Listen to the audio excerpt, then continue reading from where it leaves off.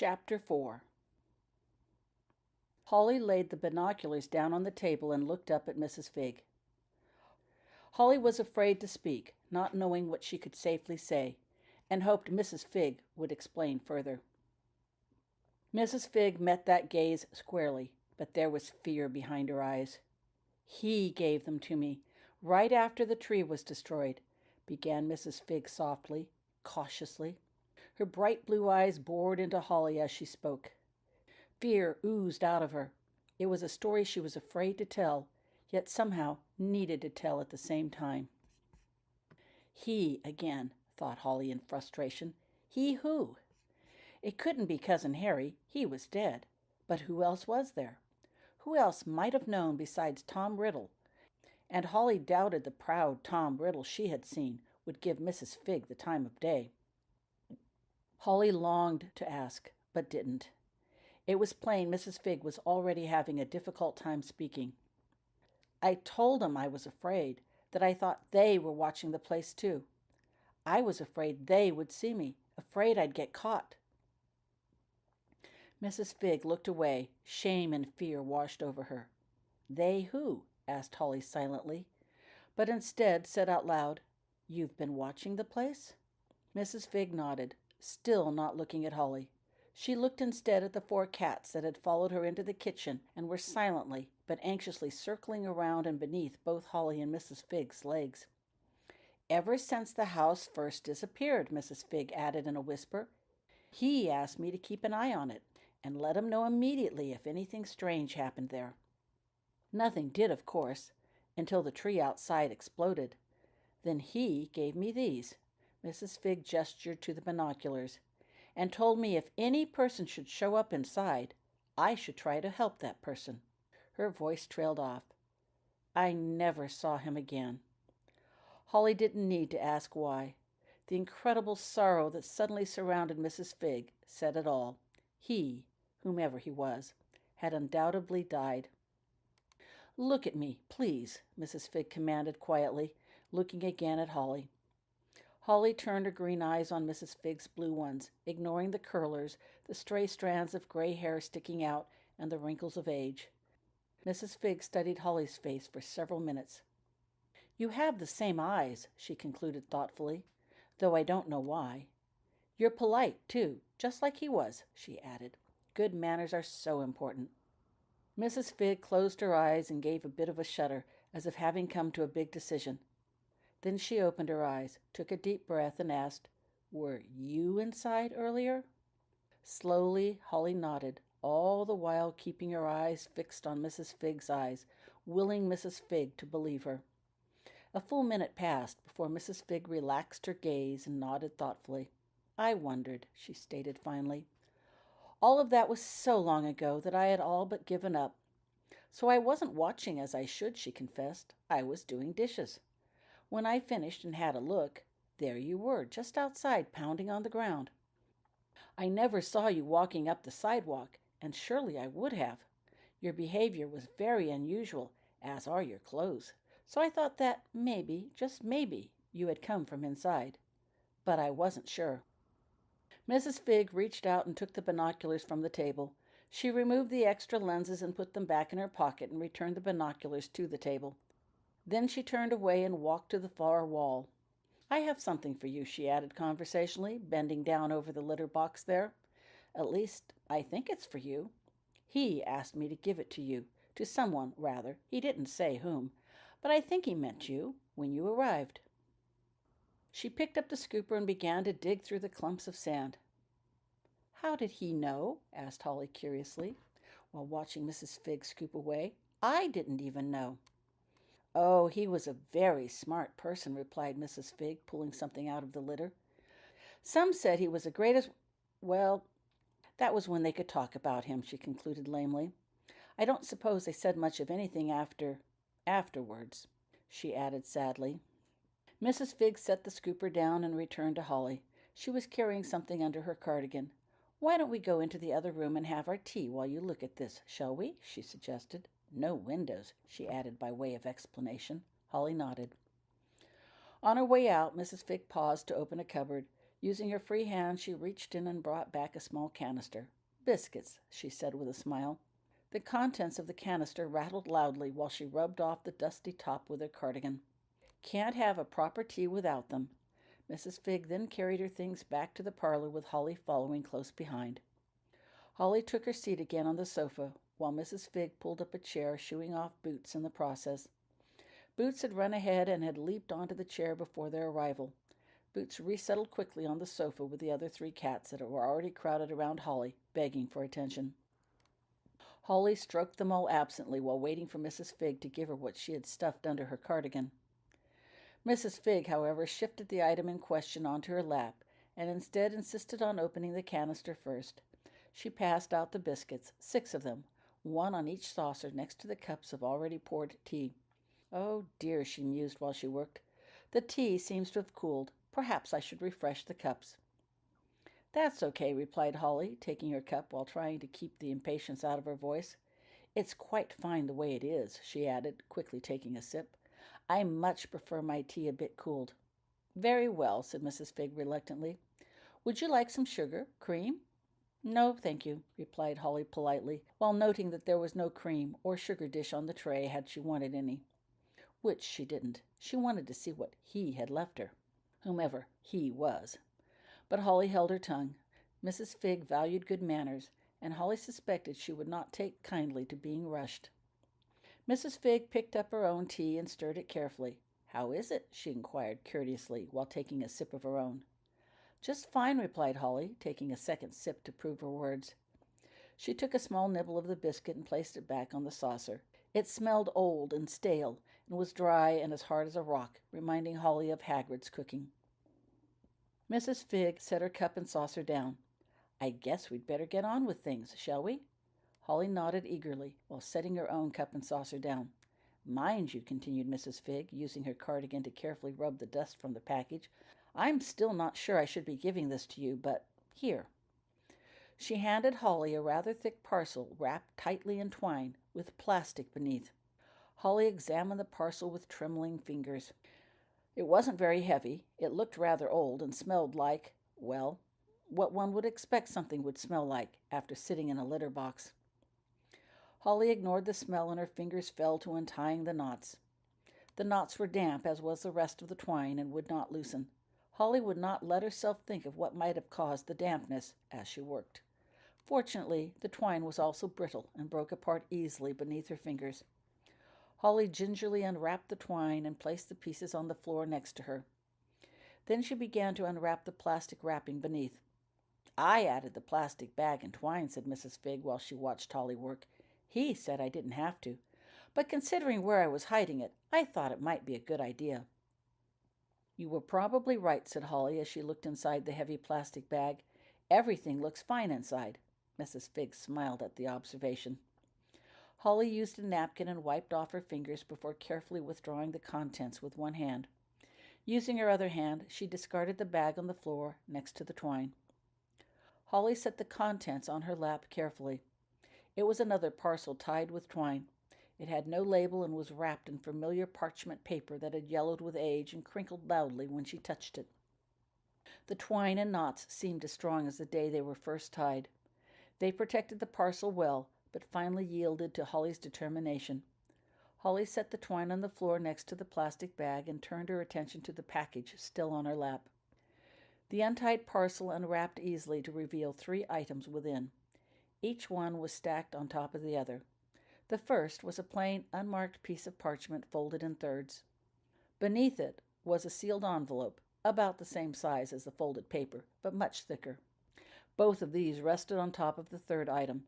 It was larger and thicker than the other 2, also wrapped in parchment and tied with more twine. Holly picked up the folded parchment. She turned the paper over. It was sealed with bright red wax. Looking carefully, Holly could make out a fancy calligraphy-style letter D in the wax. D, thought Holly swiftly. Who did she know with the letter D? She looked up at Mrs. Figg. "The person who gave you this," Holly began, choosing her words carefully.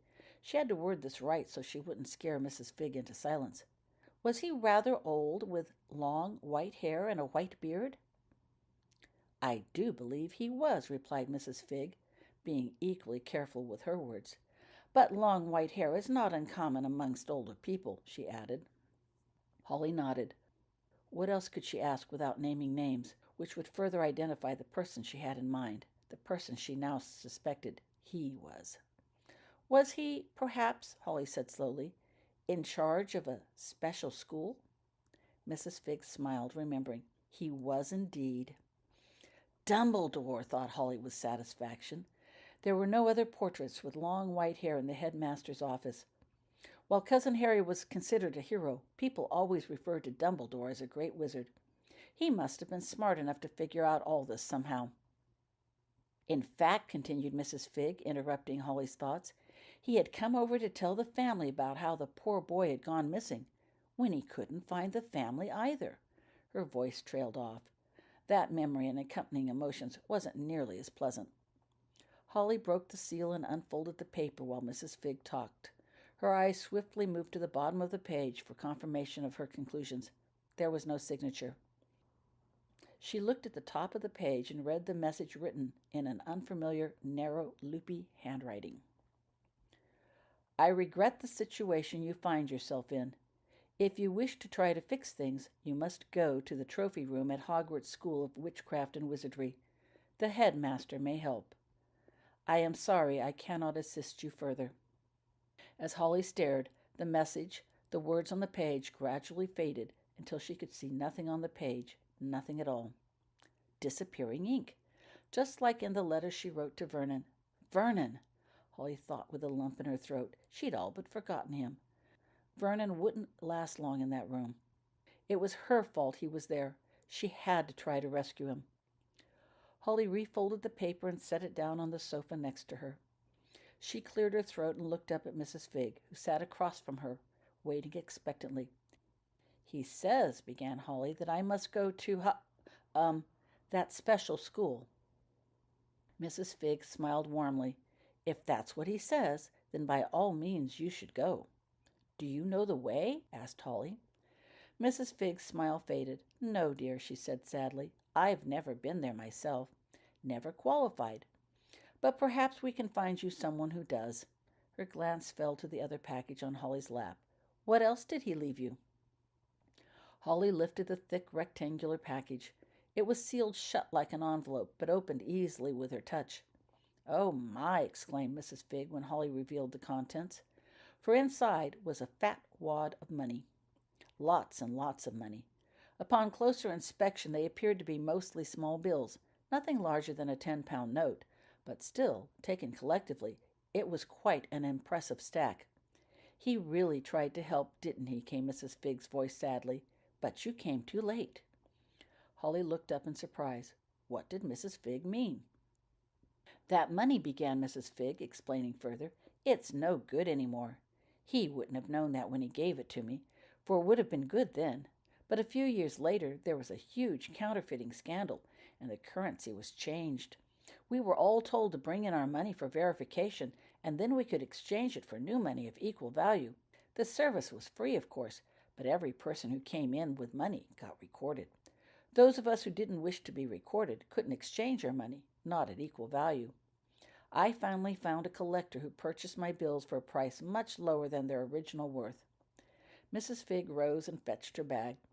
She returned to her seat and started digging through the bag. She brought out a crumpled bill and handed it to Holly. Holly straightened it out. It was a 5-pound note.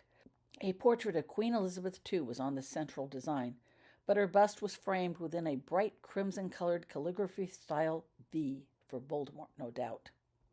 The letter, continued Mrs. Figg while still digging through her bag, changes color in different light and different weather.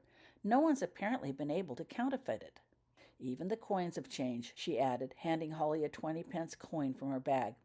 One side showed a bust of Queen Elizabeth II, and the reverse showed the number 20, framed within that distinctive V. The V on the coin was also a crimson color.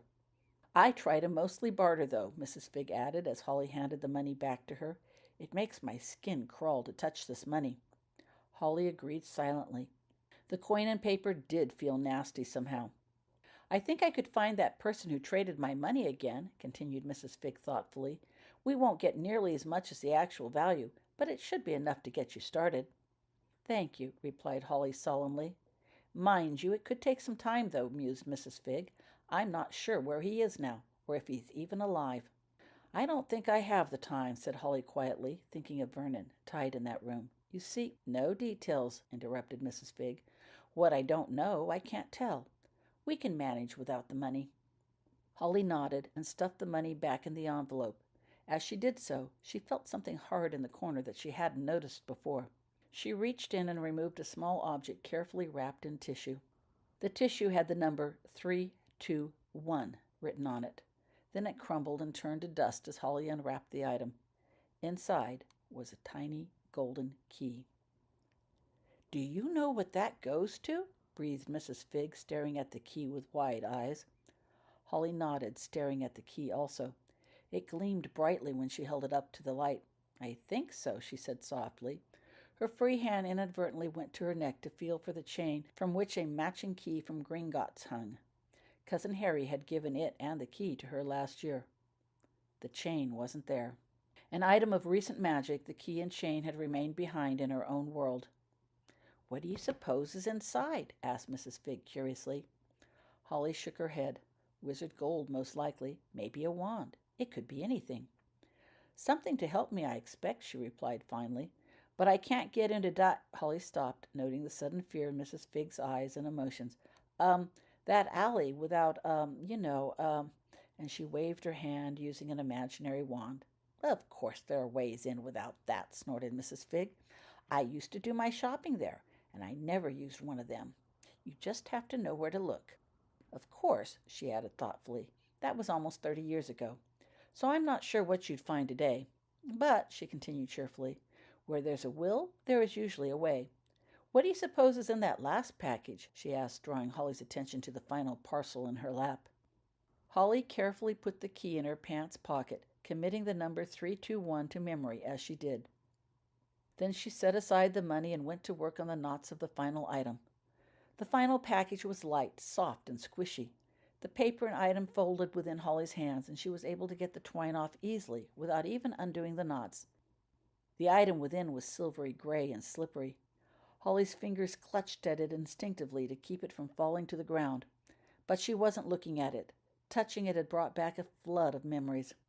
Holly knew that feel, recognizing the item in the package, an invisibility cloak. Holly only knew of one invisibility cloak. The last time she had handled that cloak, this cloak, for she doubted any other cloak had that distinctive feeling of water woven into material, was when she handed it back to Cousin James after Layla had broken the Slytherin ward. James would never willingly give up custody of that cloak. It was a family heirloom. They were gone. All of them. And she'd probably never see them again. The sense of loss was unbearable. Tears streamed down Holly's face. Part of her always knew something must have happened to them, but feeling the cloak brought that realization to the surface. All her friends, everything, was no more, and maybe never was. Her family was as good as gone, too. Dad frozen and Vernon. Holly suddenly felt overwhelmed and totally alone. "What's wrong?" asked Mrs. Figg kindly, noting Holly's tears. "I can't do it," whispered Holly. "It's too much." "Of course you can," replied Mrs. Figg soothingly, reaching out and holding Holly's hand. "He knew you were coming," she began confidently, giving Holly's hand a comforting squeeze. "If he didn't think you could do it, he wouldn't have left you these things, or asked me to help." Though she didn't really know Holly, Mrs. Figg's faith in Dumbledore was so strong that she was sure Holly could do whatever task he had set before her. That confidence filled Mrs. Figg's very essence and left no room for doubts. Even had she been blocking, which she wasn't, Holly couldn't help but sense Mrs. Figg's overwhelming confidence and become inspired by it. People spoke highly of Dumbledore, even in Holly's world. Dumbledore had obviously known she was coming. Maybe he knew other things. Holly now had an invisibility cloak, and there was the key to Gringotts, if she could only get there. "Tell me," said Mrs. Figg gently, interrupting Holly's thoughts, sensing Holly's extreme despair had passed. "What is it?" she asked, looking curiously at the gray cloth in Holly's lap. "It's a way," replied Holly, wiping off the tears, "into that alley. She carefully tucked the silvery cloak under her shirt as she had seen James do. Holly had no idea how she was going to do it, but she had to get to Hogwarts and into that trophy room. She had to bring everyone back. "I suppose," began Mrs. Figg briskly, rising from her chair, "that as you are about to take a trip, you should have something to eat first." Holly glanced at the tea and stale biscuits. Mrs. Figg followed her glance while grabbing the paper and plastic on the floor. Holly set the packet of money on the tea tray and picked up the pieces of twine, helping Mrs. Figg clean up. "Tea is fine for a simple conversation," Mrs. Figg continued, while crumpling each piece of parchment paper into a tight ball, "but you need something much more substantial for a long trip. I have a nice pot of cabbage soup simmering on the stove that would do nicely, don't you think?" Holly nodded. She was feeling rather hungry. Suddenly, a loud knock on the door shook the house. "Open up!" thundered the voice from outside. "Security!" Mrs. Figg's pleasant emotions suddenly turned to fear. She grabbed the packet of money and shoved it into Holly's hand. Grabbing her other hand, Mrs. Figg pulled Holly away from the sofa. "Come along," she said urgently. "He mustn't find you here. If he finds you here, he'll take you away." "But," began Holly, struggling to get at her invisibility cloak. But she couldn't get at it with her hands already occupied. "Not a word," insisted Mrs. Figg, pulling Holly into the kitchen. She slid back one of the table chairs, lifted up the African tablecloth. "Under here," she hissed to Holly. "Quickly now." "But," Holly tried again. "Don't speak," commanded Mrs. Figg, pushing Holly down and urging her under the table. "They've ears," she continued in a whisper. "Don't make a sound, not a single sound." So Holly squished herself under the table between all the legs. It was a tight fit, especially after Mrs. Figg slid the chairs back under the table after her. It added more legs, blocking Holly inside like a cage. Crouched as she was, Holly could get her cloak, but there was no way to put it on quietly, or without moving all the chairs, or making considerable noise. "Remember," admonished Mrs. Figg, speaking to the other side of the tablecloth. "Not a sound," she hissed at Holly. "I'm coming," she shouted, and walked out of the kitchen. The whole house continued to shake from the thunderous pounding on the door. "I'm coming," said Mrs. Figg again from the living room. "Just wait a bit," she shouted as Holly heard her unlatch the various locks at her door. There were holes in the African crochet work, but Holly couldn't see the living room at all from the kitchen. She kept absolutely silent, barely breathing, and focused all her attention on the living room, trying to hear and sense what was going on there. Holly heard the door creak open. "Officer Polkus," said Mrs. Figg in a cheerful voice. Her emotions were anything but cheerful. "It's so good of you to visit. Won't you come in?" From the sound of things, he already had. "That's Captain to you, Figgy," came a thundering, angry voice. "Why didn't you answer the door sooner?" Captain Polkus was full of angry, suspicious emotions. "I was in the loo, of course," said Mrs. Figg soothingly. "Some things take more time when you get to be my age, you know. But I came as soon as I could. I'm so glad you could come," she added in a cheerful voice. "We were just having some tea. Would you like to join us? It isn't often that we get company for tea." Mrs. Figg continued conversationally, not waiting for an answer. "I've some photos of my cats I can share with you while we chat. I'll just fetch you a cup." "I'm not here for tea," said Captain Polkus impatiently, "or cats. I'm here on business," he continued importantly. "I'm looking for someone," he began. "And you just found someone," interjected Mrs. Figg warmly. "Where?" demanded Captain Polkus. "Here," said Mrs. Figg. Then she added with a proud note to her voice, "Me." "Not you," said Captain Polkus in frustration. "A stranger. I got a report there was a stranger in the neighborhood." "Oh, dear," said Mrs. Figg with concern. "Wait a minute," came the voice of Captain Polkus, his emotions confused. "What are you doing?" And Holly could hear the distinctive sound of the door latches being fastened. "Locking the house, of course," replied Mrs. Figg. "I don't want any strangers to come in. They could be dangerous. Are you sure you wouldn't like some tea while you wait?" "What do you mean, while I wait?"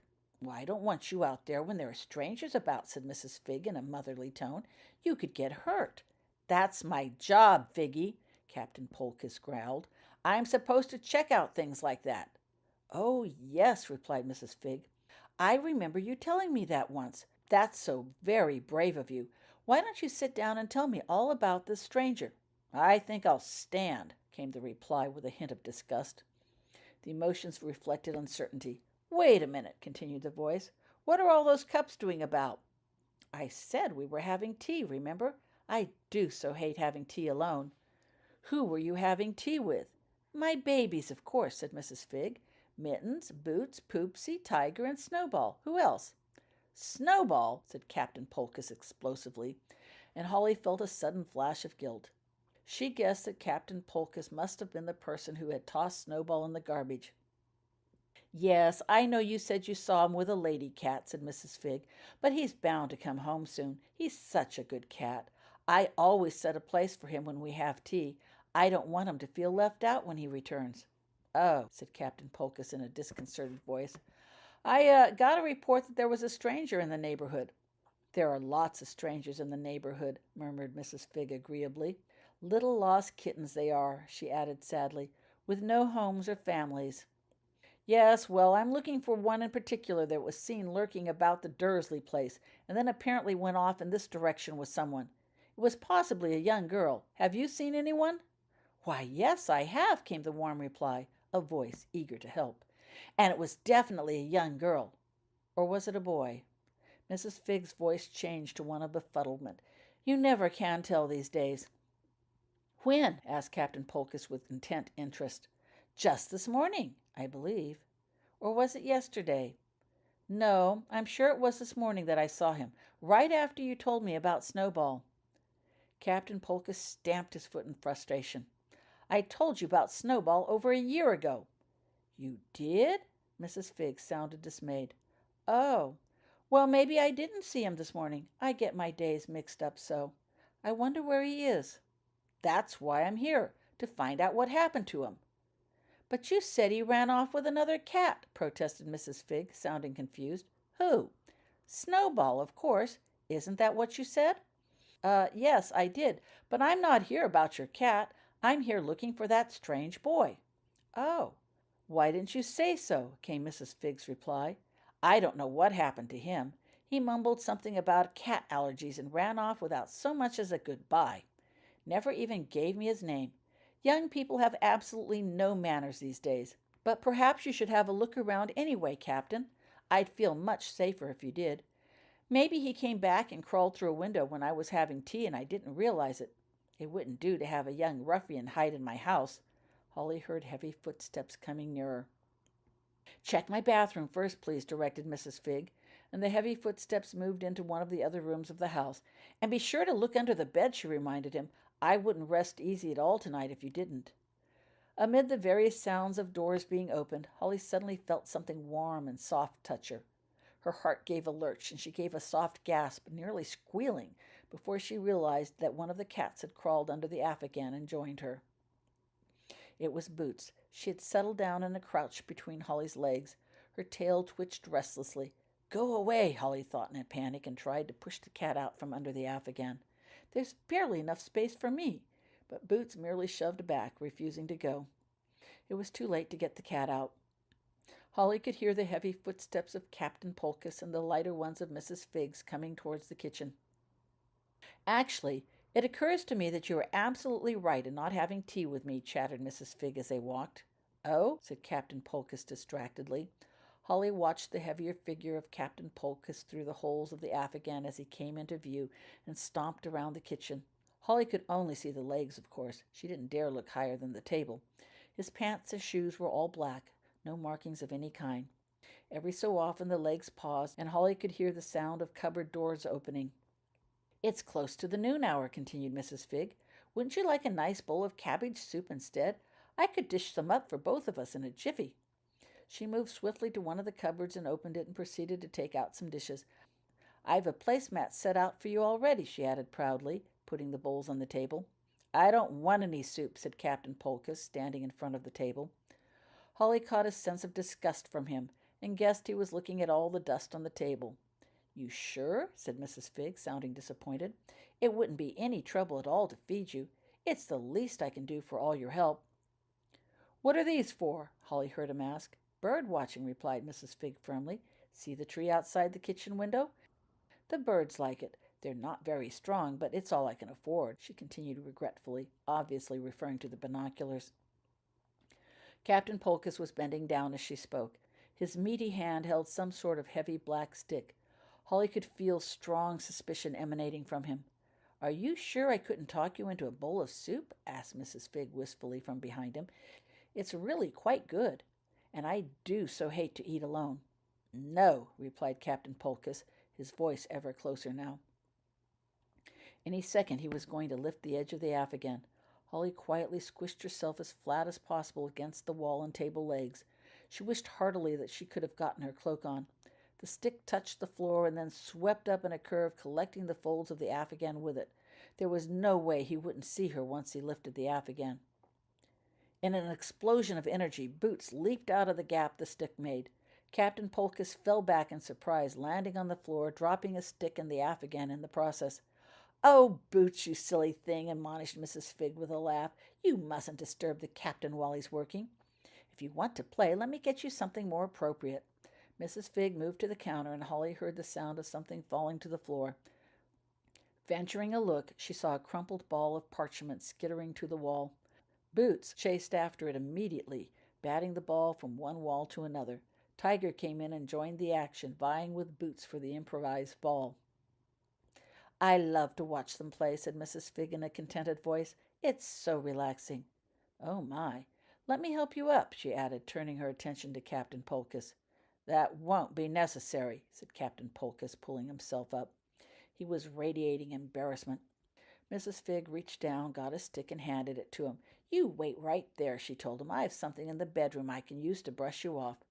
Looking through the holes again, Holly could see Captain Polkus's pant legs had picked up both dust and numerous light-colored cat hairs from the floor. Mrs. Figg bustled off to the bedroom. "I don't want your help," said Captain Polkus, brushing himself off. But as far as Holly could tell, he had only succeeded to spread the hairs and dust around more. "Nonsense," said Mrs. Figg, returning. "You wouldn't need brushing if Boots hadn't scared you so." She stood close to him, and Holly heard the scraping sounds of a brush on his clothes. But Captain Polkus pushed her off. "I can take care of myself," he insisted, backing away from her. "I've got to go now anyway," he added, moving into the other room. "I've other houses to check." "You can't go," protested Mrs. Figg. Holly heard the distinctive sounds of latches being unfastened while she talked. "You haven't checked the loo for me yet. What if a stranger is hiding in wait for me there?" "He isn't," replied Captain Polkus firmly, and Holly heard the door open. "He's obviously smarter than that." "Don't go," said Mrs. Figg, shouting at the door. "We haven't had any tea yet. Please come back," she added in a pleading voice. "Please?" Mrs. Figg's voice came out softer, like a whimper of a lonely person longing for a bit of company. Then there was silence. After a while, Holly heard the door close. Both she and Mrs. Figg breathed a huge sigh of relief. When she heard Mrs. Figg refasten all the latches, Holly started to crawl out from under the table, but Tiger and Boots hissed and blocked her way. "Don't come out yet," said Mrs. Figg, coming into the kitchen. "Sometimes they return when you think they're gone. The cats will let you know when it's safe." So Holly waited until the cats stopped hissing and returned to their usual affectionate selves. Then she crawled out from under the table and embraced both cats with a warm hug. "Oh, Boots," she whispered, stroking her lovingly, "you beautiful, beautiful cat. I thought for sure he'd find me. And you too, Tiger," she added, devoting attention to him as well, keeping him distracted so. "You're both wonderful." "I'd be lost without my babies," said Mrs. Figg approvingly.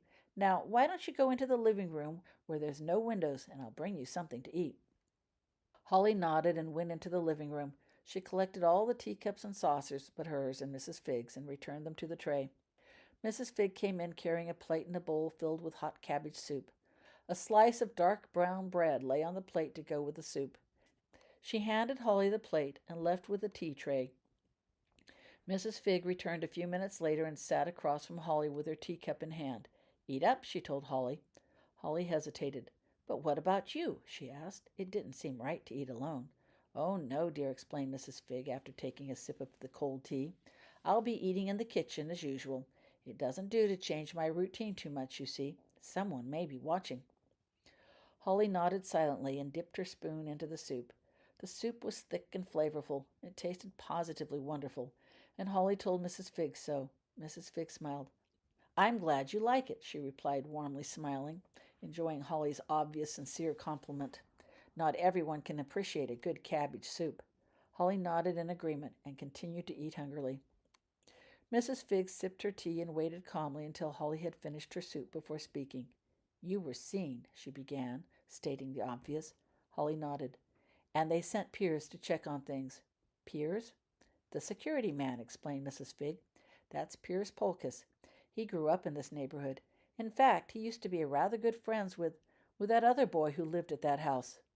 "Other boy?" thought Holly quickly. She couldn't mean Cousin Harry. He was that poor boy who went missing. Who else? Dad? Holly thought again of the emotions she had felt from Officer Polkiss. They hadn't been very nice. If they had been friends, would Dad have turned out that way had he not moved? "Piers alone is easily distracted," continued Mrs. Figg, taking another sip of tea. "With luck, they'll accept his findings and pay no more attention to the initial report and assume you were just one of the many homeless out on the streets these days passing through." Mrs. Figg set down her cup and saucer on her lap. "They may, however, attach more importance to the report, considering the location where you were first observed, and make a more thorough search. If that's the case, then Piers will come back, and he won't be alone." Mrs. Figg fixed her blue eyes on Holly. "I'm afraid you are no longer safe in this house. At least, not for very long," she said gravely. Holly nodded. She couldn't stay here long anyway, not if she wanted to try to save Vernon. "Unfortunately," continued Mrs. Figg, "we are being watched. Piers's visit proves that. Maybe not this house specifically, but we're still being watched. I'm not sure how to get you out and on your way without you being seen." Holly set her plate with its empty bowl down on the coffee table and cleared her throat. I think," she began tentatively, "I may have a solution to that problem." "Have you?" beamed Mrs. Figg. Yes," replied Holly. "The thing I was going to use to get into that alley?" "Yes." "Well, I should be able to use it here, too." "Excellent," said Mrs. Figg happily. "Then I think we have a few plans to make." The rest of the afternoon passed quickly. When Holly confessed she was not familiar with the area, Mrs. Figg drew maps for her on cabbage leaves, paying special attention to the location of the bus and train stations, and insisted Holly memorize them. The maps were then chopped up and added to Mrs. Figg's pot of cabbage soup. Mrs. Figg also had Holly memorize directions from the station to Diagon Alley, also written on cabbage leaves. Street names didn't seem to bother Mrs. Figg too much when written in ketchup or mustard, as long as they weren't spoken aloud. Unfortunately, Mrs. Figg didn't know any timetables or prices of public transportation, and she believed that to make inquiries now would bring about undue attention. "Couldn't we just use the phone to call and ask?" inquired Holly. "We wouldn't have to give our names or anything." "Oh, no," replied Mrs. Figg fearfully. "I don't have a telephone. To keep your telephone, you have to give your name, and I couldn't risk being noticed." Mrs. Figg dug around in her things and brought out an old hooded sweatshirt, which she insisted Holly pull on over her top. "We're so lucky that the poor boy who went missing accidentally left this sweatshirt behind one day," said Mrs. Figg as she helped Holly put it on. "I always meant to return it," she added wistfully, "but other things happened, and he never came back." The sweatshirt was muddy gray in color and a bit large for Holly, but Mrs. Figg insisted that wearing it would not only provide extra warmth during the night, but help Holly's appearance fit in better with the other homeless people roaming the streets. Then she found an old tin of shoe polish. "They're looking for someone with blonde hair," Mrs. Figg told Holly as she brushed the polish into Holly's hair, staining it a muddy brown. Next, she parted Holly's hair and plaited it into two neat braids, totally changing Holly's appearance. "It's not perfect," Mrs. Figg said when she finished, while surveying her efforts, "but it should pass at a distance." Mrs. Figg didn't have a knapsack such as she had seen the young people carry. She did find a rather large green print bag with a shoulder strap, which she gave to Holly. Then she proceeded to fill it with various non-perishable type food items: a loaf of dry bread, the biscuits left over from the tea, a bag of raisins, a couple of apples, some cheese, a small jar of cabbage soup, and a jar of water to drink. Mrs. Figg didn't have any water bottles. "You needn't go to all this trouble," protested Holly, guessing there wasn't a lot of food to spare in the house. "What'll you eat?" "Nonsense," replied Mrs. Figg. "My soup will last me a while, and I know where to get more. Besides, we haven't had time to bargain for food for you." Finally, Mrs. Figg handed Holly a quantity of small bills and coins. "I can't take your money," protested Holly, realizing it was probably all she had. "I insist," replied Mrs. Figg firmly. "You're going to need it. Besides," she added, "I'm not broke. I have all of the other money to trade." Mrs. Figg had wrapped Dumbledore's money carefully in plastic, tied it with twine, and placed it in her hiding place under the sand in the litter box. "I'll be fine." So Holly stuffed the money in her pants pockets. When preparations were pretty much finished, Mrs. Figg laid a hand on Holly's shoulder and said, "It's dusk, dear. Time for me to let the cats out." "Okay," said Holly. "Then I'd better get going then." She grabbed the strap of her bag and started to reach under her shirt for the invisible cloak. "No," said Mrs. Figg quietly. "I'll let the cats out on my own, like I always do." "But," said Holly, confused, "oughtn't I be going out with them?" "No, not now," replied Mrs. Figg.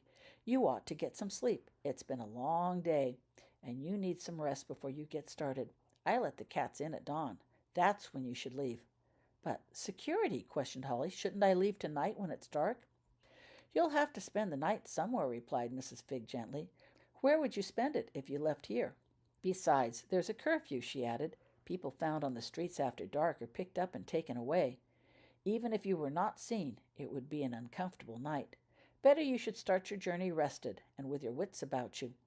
"Don't worry," Mrs. Figg continued reassuringly. "The cats will keep watch tonight. They'll notify us if there's anything we need worry about. Now, while I let the cats out, why don't you get yourself ready for bed?" Holly nodded reluctantly and cleared off the sofa. Mrs. Figg returned after letting the cats out and brought Holly a thick blanket. When Holly was ready, she draped the blanket over Holly, tucking it in and making sure Holly would be warm enough for the night. "Sweet dreams," Mrs. Figg told Holly, and turned out the light. "I'll wake you when it's time." Then she quietly left the room. Holly stared moodily at the ceiling as she lay on the sofa. "Sweet dreams," she thought glumly. She couldn't even remember the last time she'd had a dream that didn't scare her, let alone one that was sweet. Usually, the best Holly could hope for was a night without dreams. Holly stretched out her toes while lying on the sofa. Normally, she slept with her shoes on, just in case. But there didn't seem any point to that now.